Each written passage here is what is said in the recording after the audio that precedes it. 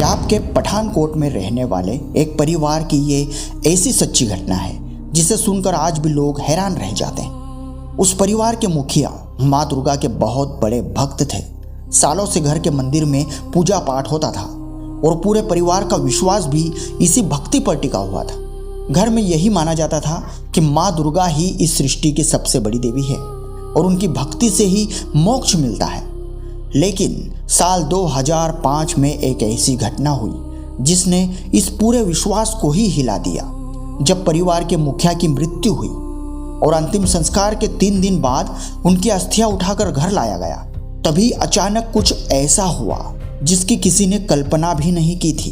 कहा जाता है कि उनकी आत्मा अपनी ही छोटी बेटी के शरीर में प्रवेश करके बोलने लगी और जो बात उस आत्मा ने कही उसे सुनकर पूरा परिवार हैरान रह गया।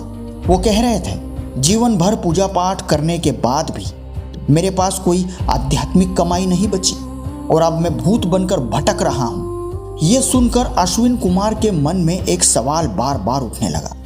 अगर माँ दुर्गा की साधना से भी आत्मा को मुक्ति नहीं मिलती तो फिर सच्ची भक्ति आखिर है क्या? यही सवाल आखिरकार उन्हें संत रामपाल जी महाराज के ज्ञान तक ले आया। आखिर उस रात ऐसा क्या हुआ था और कैसे मिली उस भटकती आत्मा को मुक्ति?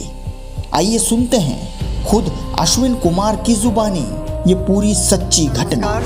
नमस्कार जी। क्या नाम है जी आपका? मेरा नाम है जी अश्विनी कुमार शर्मा। अश्विनी जी, कहाँ से आए हैं आप? मैं पठानकोट पंजाब से हूँ जी। सर, आपसे जानना चाहेंगे, संत रामपाल जी महाराज जी से नाम दीक्षा लेने से पहले आप क्या भक्ति साधना करते थे?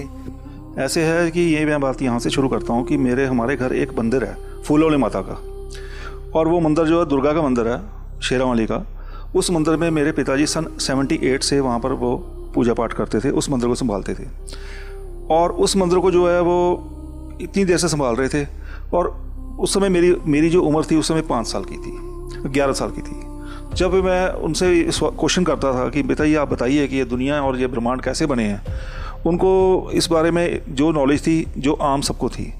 पर मेरे बाद ये जो है सन 78 की बात है। उसके बाद क्या हुआ, वो मंदिर जो हमारा बना है वो एक चमत्कार के अनुसार हमें वो मेरे पिताजी जो है वो बहुत क्रिटिकल बीमारी में थे, वो ठीक हुए थे। तो उस समय हमारा यही था कि भी जो शेरावाली है, जो माता रानी है, इससे बढ़कर कोई भी दुनिया में इनसे बढ़कर नहीं है। चाहे ब्रह्मा विष्णु महेश है, चाहे कोई देवी देवता है, सारे इनके अंडर ही हैं। और जो दुनिया बनाने वाली जो है ये दुर्गा ही है और इसके सिवाय कोई नहीं है। पर जब 2005 में मेरे पिताजी की डेथ हो गई और उसके डेथ के चौथे दिन जब हम अस्थि लेने जाते हैं, उठाने जाते हैं, उस समय क्या हुआ कि अस्थि उठाने के जब हम हरिद्वार जाते हैं, जैसे सब जाते हैं, आम संसार भी सब जाता है, तो उस समय क्या हुआ कि अस्थि कलश जब हमने अस्थियाँ लेने गए, उसके बाद जब आए हैं तो आते हुए मेरे पिताजी का जो है, मेरी सिस्टर है, मेरी बहन है छोटी, मेरे से 9 साल छोटी है, उसमें वो प्रवेश कर गए। प्रवेश करने के बाद वही बातें करते थे जिनको मेरी सिस्टर ने कभी आज तक देखा नहीं, कभी उनके साथ मिली नहीं, उनको भी वो नाम लेके बुलाती थी जैसे मेरे पिताजी बुलाते थे। हमें कंफर्म हो गया कि ये पिताजी हैं हमारे। उन पिताजी बीच में उनके जब आए हैं तो उन्होंने आगे वो बातें की हैं जो मेरे एक शौक थी, मेरे लिए एक बड़ी शौक वाली बात थी। एक तो उन्होंने कहा, बेटा हमारे पल्ले कुछ नहीं रहा, हमारे पास कुछ नहीं है, आध्यात्मिक कमाई कोई नहीं है हमारे पास। दूसरी बात उन्होंने कही, बेटा हमें ये नहीं समझ लग रही है कि हम कहाँ जाएँ। 13 दिन रहे उस मेरी जो बहन सिस्टर में, 13 दिन के लिए। तीसरी ये कहते हैं कि हमें एक टाइम लेके आए हैं, टाइम फ्रेम लेके आए, इस टाइम फ्रेम में हमने अपने काम जो रुके हुए करने हैं, उसके बाद हमने चले जाना है।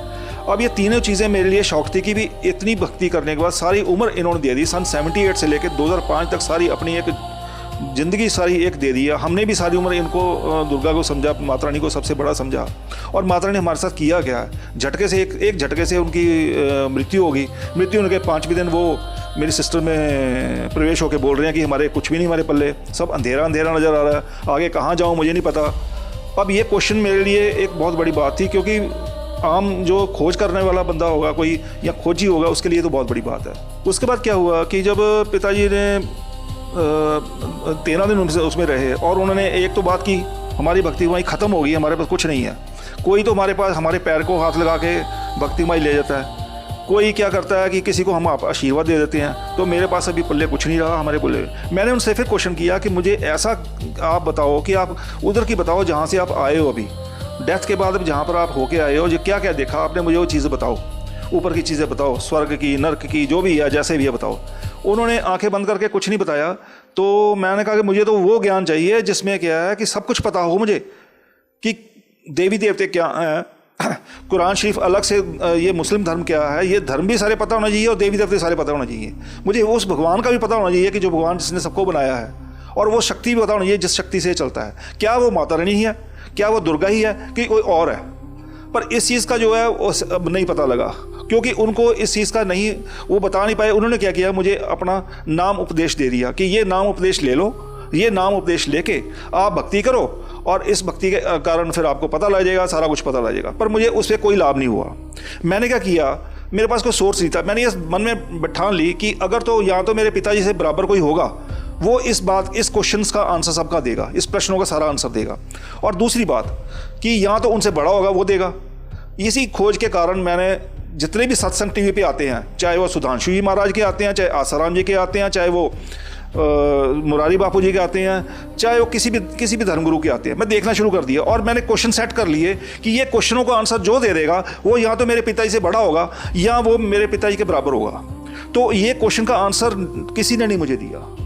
सर, हम आपसे ये जानना चाहते हैं कि आप इतनी सारी भक्ति साधनाएं करते थे, आप बता रहे हैं कि आपके पिताजी कठिन साधना करते थे, आपके पिताजी चमत्कार करते थे, आपके पिताजी के बराबर आप किसे मानते नहीं थे। आपका मानना था कि अगर आपके पिताजी के बराबर कोई मिले और उनसे आगे की कोई बात बताने वाला मिले तो आप उसको मानो।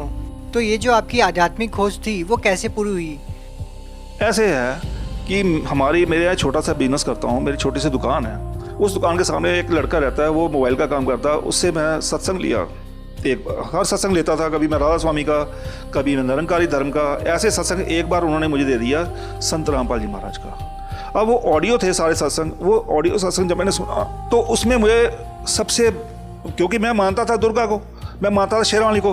अब क्या है कि मुझे सबसे ज़्यादा शौक लगा जब उन्होंने ऐसे क्वेश्चन का, ऐसी चीज़ें बतानी शुरू कर दी कि दुर्गा जो है माता रानी का, दुर्गा का पति है, और शेरावाली जो है ये ब्रह्मा विष्णु इनके बच्चे हैं। अब ये दोनों चीज़ें जो थी मेरे गले नहीं उतर रही थी, क्योंकि मेरे पिछला ज्ञान जो मेरे गले में फंसा हुआ था या मेरे चढ़ा हुआ था वो रंग नहीं देना था। और इतने चमत्कार देखे थे, ये मानने के मेरा मन मानने को नहीं हुआ। फिर मैंने इस बात के ऊपर पूरी खोज करनी शुरू की। मैं इनका सारा ज्ञान देखूंगा और इनसे जाकर बात करूंगा कि आप देवी देवताओं की इनकी क्यों बुराई करते हैं, ऐसे क्यों उनको बोलते हैं कि ये ब्रह्मा विष्णु महेश है, इनका जन्म मृत्यु होती है, दुर्गा जो है इनकी माता है, काल इनका पति है, ऐसी बातें ये करते हैं, ये क्यों करते हैं। इनसे सिर्फ मैंने एक क्वेश्चनिंग करने के लिए तैयारी करने लगा कि मैं इनके सत्संग देखने के बाद वो सारी चीज़ें इकट्ठी करूँगा और इनके पास जाके इनसे बात करूँगा। हुआ क्या, इसी दौरान जब 2005 में पिता चल गए, 2011 मेरे माता ही चले गए, और उसके बाद जब 2013 में वही सत्संग मिला ना, 7 महीने लगातार 14 घंटे पढ़ाई करके संत रामपाल जी महाराज के जो सत्संग थे उनको मैंने सुनता था और लिखता था। लिखने के बाद वो जो पेज बताते थे कि ये गीता का यहाँ से ये श्लोक नंबर ये है, जो वेद में लिखा है, वेद में ऋग्वेद में यहाँ पर ये लिखा है, कुरान शरीफ में ये लिखा है, या बाइबल में यहाँ लिखा है, तो वो सारे छानबीन शुरू कर दी मैंने और बुक्स मंगानी शुरू कर दी। जहाँ जहाँ से मुझे सोर्स मिला मैंने सारा चेक किया इनका। तो क्या हुआ, 7 महीने 14 घंटे पढ़ाई करने का ये नतीजा हुआ मेरा। मुझे आज परमात्मा ने ये बता दिया कि तेरे पिताजी डेथ के बाद कहाँ बैठे हैं, और ये भी बता दिया कि तेरी माँ भी कहाँ बैठी है, अभी उसकी गति नहीं हुई, वो यहीं पर घूम रहे हैं। क्या कारण मानते हैं उनकी गति नहीं हुई, उनका मोक्ष नहीं हुआ? देखिए, सबसे बड़ी बात तो ये है कि आम समाज ये बात चमत्कार को नहीं समझेगा। मेरे लिए तो बहुत बड़ा चमत्कार था कि मुझे ये पता लग गया कि मेरे पिताजी कहाँ बैठे हैं या मेरी मम्मी कहाँ बैठी है। पर अगर कोई आदमी, अगर कोई भी व्यक्ति अगर इसके अध्यात्म ज्ञान को ध्यान से सुनेगा और समझेगा और समझने की कोशिश करेगा तो उसको पता लग जाएगा कि वो कहाँ बैठा है, किसकी पूजा कर रहा है, किसकी करनी चाहिए, किसकी नहीं करनी चाहिए। हमें दुर्गा की पूजा भी करनी है, हमें किसी शिव जी की पूजा करनी है, किसी उसके एक मंत्र है, उसको बुलाने का एक तरीका है, और वो अपने आप लाभ देंगे। पर ये है कि जो पूर्ण परमात्मा है, या पूर्ण परमात्मा जैसे संत रामपाल जी धरती पर एक अवतार लेके आए हुए हैं, उनकी भक्ति जो है वही, उसी साधना से सब कुछ मिलेगा। उसी से पता लगेगा हमें कि हम कहाँ बैठे हैं, किसकी पूजा करनी चाहिए, किसकी नहीं करनी चाहिए। सर, संत रामपाल जी महाराज जी से नाम दीक्षा लेने के बाद आपको क्या लाभ मिले? सबसे पहले ये है कि मैंने 2014 में नामदान लिया इनसे। 2015 में 7 महीने लगातार 14 घंटे पढ़ाई करने के बाद जब मैंने नामदान लिया तो उस समय मेरे ऊपर जो मेरी कोई ऐसी कमेटियाँ डाली होती थी पैसे रुपए की, वो सारी कमेटियाँ मेरी मर गई। कहने का मतलब कि मैं 10 लाख के रुपए के नीचे आ गया। जो मेरे पास पूंजी सारे उम्र की इकट्ठी हुई थी, वो भी मैंने उसको एक पकड़ा दी ब्याज लेने के कारण। मुझे पता नहीं था कि ब्याज लेना बुरी बात है या ये जो है ऐसा नहीं करना चाहिए। वो सारी दे दी, वो मेरे सारे पैसे ख़त्म हो गए। अब जो लोग जिनके पैसे मैंने लगवाए थे उस कमेटियों में उस ब्याज के तौर पे, वो मुझे जानते थे, मेरे थ्रू लगे थे, तो ये है कि वो मैंने देने थे उनके। अब कहाँ से देता, काम मेरा है नहीं था, कारोबार मेरा है नहीं था। मैंने फिर इस बंदी छोड़ परमात्मा संत रामपाल जी के ऊपर कहा, मैंने मन में कहा कि हे परमात्मा बंदी छोड़, अब मेरी कोई और बाजू पकड़ने वाला नहीं है, कोई भी देवी देवता ये वो कोई नहीं है, आप मेरे लिए भगवान समान हो, अब परमात्मा ही हो, आप प्लीज़ मुझे इस समस्या से उबारो। उन्होंने मुझे आर्थिक लाभ इतना बड़ा दिया कि जहाँ पर मेरी 2000 रुपया 3000 रुपये एक दिन की सेल होती थी, वहाँ पर मेरी सेल एक दिन में उन्होंने 43,000 46,000 सेल करनी शुरू कर दी। वो सेल एक महीने में मुझे सारे मेरे एक महीने में कितने मेरे कर्जे उतरने शुरू हो गए, लोगों के पैसे देने शुरू कर दिए। आज मुझे उनके नामधन लिए तो हो गया, मुझे उनके कर्जे देने के बावजूद भी आज मैंने प्लॉट भी ले लिया, आज मैंने अपना और चीज़ें 5-10 लाख रुपए जोड़ भी लिया। तो 3-4 साल में लोग कहते हैं मंदी है, लोग कहते हैं कि जो पूरा विश्व है मंदी की ग्रस्त में है। तो मुझे परमात्मा ने ऐसे चमत्कार दिए हैं कि मुझे अगर 100 रुपये मैं जेब में होता, 100 रुपये खर्चता हूँ, तो बाद में 100 रुपये फिर बचता है। अब ये कैसे बचता है, ये संत रामपाल जी महाराज जानते हैं। संत रामपाल महाराज जो है उनकी दया से सब कुछ हो रहा है, उन्होंने ही बताया। सर ये तो रही आर्थिक लाभ की बात। आपसे जानना चाहेंगे कि जैसे कि कई लोगों को भूत प्रेत की समस्याएं होती है, कोई नशे से ग्रस्त होता है, बहुत सारी समस्याओं से लोग घिरे होते हैं, क्या इस प्रकार के कोई लाभ भी आपको मिले हैं? देखिए, मैं तो शुरू से नशा करता नहीं था, क्योंकि हमारे घर मंदिर है, तो शुरू से हमारे वहाँ पर बैन है। हम तो लहसुन प्याज भी नहीं खाते थे, तो मीट तो दूर की बात है। तो ये जो नशे की जो लत है, ये आदमी को उस समय छूटती है जब उसको ये पता लगता है कि इस ज्ञान, अगर मैं नशा करूँगा तो मुझे क्या उसके ऊपर जो मुझे क्या दुख मिलेगा, क्या परेशानी मिलेगी। सर एक सुप्रसिद्ध मंदिर के पुजारी आपके पिताजी रहे हैं और उनके द्वारा लाखों लोगों के साथ चमत्कार हुए हैं और लाखों लोगों को लाभ भी मिला है, जैसा कि आपने बताया। बावजूद इसके एक संत से जुड़ना जो जेल में है, ये अपने आप में एक हैरान करने वाला नहीं है? देखिए, संत जेल में है कि नहीं है, जैसे आपने अभी प्रश्न किया, संत जेल में है कि नहीं है, इसका पता तो उसको है जिसने उनको परखा है। मैंने उनको अच्छी तरह परखा है। जैसे कहते हैं कि किसी चीज़ को बर्तन भी लेने जाओ और उसको टनका के देखना चाहिए, ठीक है ठीक है, ऐसे उनको मैंने परखा है। 7 महीने कम नहीं होते सर जी किसी संत को परखना। संत रामपाल जी महाराज को उनके ज्ञान के अनुसार इतना परखा मैंने कि कोई मेरे से ऐसी गलती ना हो जाए कि कहीं मैं यहाँ से उठ के वहाँ बैठ जाऊँ, वहाँ पर भी कुछ ना हो। तो इसलिए मुझे ये पता है कि सब कुछ यहाँ पर जो उनके पास ज्ञान है, जो उनके पास नाम है, वो किसी संत के पास, किसी के पास आज तक दुनिया में नहीं है। सर आपने नाम और ज्ञान की बात की, लेकिन उसके बावजूद आपने बताया कि मेरे को ये चमत्कार हुआ और लोग भी चमत्कार ही चाहते हैं। और आपने बताया कि आपके पिताजी चमत्कार करते थे और जिस मंदिर के पुजारी आपके पिताजी रहे हैं और उस मंदिर के द्वारा भी चमत्कार हुए हैं, तो लोग तो चमत्कार को ही मानते हैं ना। तो फिर संत रामपाल जी महाराज जी से नाम दीक्षा क्यों लेंगे? देखिए, ऐसे दोनों चमत्कार में फ़र्क है। एक चमत्कार मेरे पिताजी जो करते थे, या बाकी जो झाड़ फूक करते हैं, कोई भभूति देता है, कोई कुछ काम करता है, ये करता है, वो चमत्कार में और इनके चमत्कार में फ़र्क है। फ़र्क ये है कि वो किसी संत ने किसी को अभी हम क्या है, हम पेशी भी जाते हैं, अपने पिता समान जो संत रामपाल जी महाराज हैं उनकी पेशी भी जाते हैं, और उनकी पेशी में जाने के बाद जो अधरंग वाला पेशेंट है वो ठीक हो रहा है, जो टीबी का पेशेंट है वो ठीक हो रहा है। 1 तारीख में पेशी पे जाने के बाद सब ठीक हो रहे हैं। लाभ तो जैसे कि आपने बताया था कि जो मंदिर बनाया था आपके घर में, वहाँ पर लोग जाते थे, उनको भी लाभ मिल जाते थे? हाँ जी, वहाँ पर मिलते थे, पर टेम्पररी फेस के ऊपर है ना। वो टेम्पररी फेस क्या है कि कोई आया, उसको फ़र्क पड़ गया, हाथ लगाया, उन्होंने कुछ दिया, ठीक हो गया थोड़ा सा। अब घर जाने के बाद 2 महीने बाद फिर वही हाल हो गया। पर यहाँ पर तो किसी का होता ही नहीं है, एक बार ठीक हो गया तो बस वो ठीक ही ठीक है, उसके बाद कोई परेशानी नहीं होती उसको। ये फ़र्क है इनमें, ये फ़र्क है कि ये टेम्पररी फेस के ऊपर, ये परमानेंट तरीके के ऊपर ठीक करते हैं। तो बाकी जो संत या बाकी हैं उनके पास टेम्पररी फेस के ऊपर होता है। सर हमने पहले भी ऐसे बहुत से लोगों का इंटरव्यू लिया है जो पहले से सिद्धियाँ जानते थे, बहुत सारे चमत्कार वो कर देते थे, लेकिन वो आज संत रामपाल जी महाराज जी की शरण में है। उनका कहना ये है, औरों को तो वो लाभ दे देते थे, लेकिन वो अपने परिवार वालों को लाभ नहीं दे पाते थे और वो खुद ज़्यादा बीमार हो जाते थे। इसका क्या कारण मानते हैं आप? ऐसे है कि परमात्मा बंदी छोड़ संत रामपाल जी महाराज का ज्ञान कहता है कि अगर आप किसी को लाभ पहुंचाते हो तो उसकी जो अपनी भक्ति कमाई है वो हमें काट के उसको देनी पड़ती है। तो क्या यहाँ पे ये सवाल बनता है कि संत रामपाल जी महाराज ने अपने शिष्यों को लाभ देकर खुद जेल में गए हैं और खुद कहीं ना कहीं कष्ट उठा रहे हैं? अगर आपने जेल की बात की है तो जेल में जाने का परमात्मा जो है, हम नहीं मानते कि वो जेल में है। वो एक लीला कर रहे हैं, क्योंकि उनको ये नहीं समझते लोग कि जो संत हैं और एक आम आदमी है, एक पुरुष में और एक संत में और परमात्मा में क्या फ़र्क है। जब लोगों को ये पता लगता है कि परमात्मा में क्या फ़र्क है तो वो समझ जाएंगे कि भी संत रामपाल जी जेल में नहीं है, क्योंकि हम कभी भी चाहते हैं तो हमें वो मिलते हैं। संत रामपाल जी महाराज जी के अनुयायी कहते हैं कि जब संत रामपाल जी महाराज जी चाहेंगे तब वो जेल से बाहर आ जाएंगे। इतनी आस्था के साथ, इतने विश्वास के साथ वो ये बात कैसे कह सकते हैं? देखिए, एक संत रामपाल जी महाराज जो है, हमें पता है, हम जो है जितने भी धर्मगुरु हैं जो भी है, किताबें तो रखी होती हैं उन्होंने, श्रीमद् देवी भागवत कभी कोई किताबें सारी वही मानते हैं, पर उनके बीच में जो लिखा गूढ़ रहस्य है वो नहीं मानते। परमात्मा कुछ भी कर सकता है, परमात्मा संत के रूप में आता है या परमात्मा जिंदा महात्मा के रूप में आता है।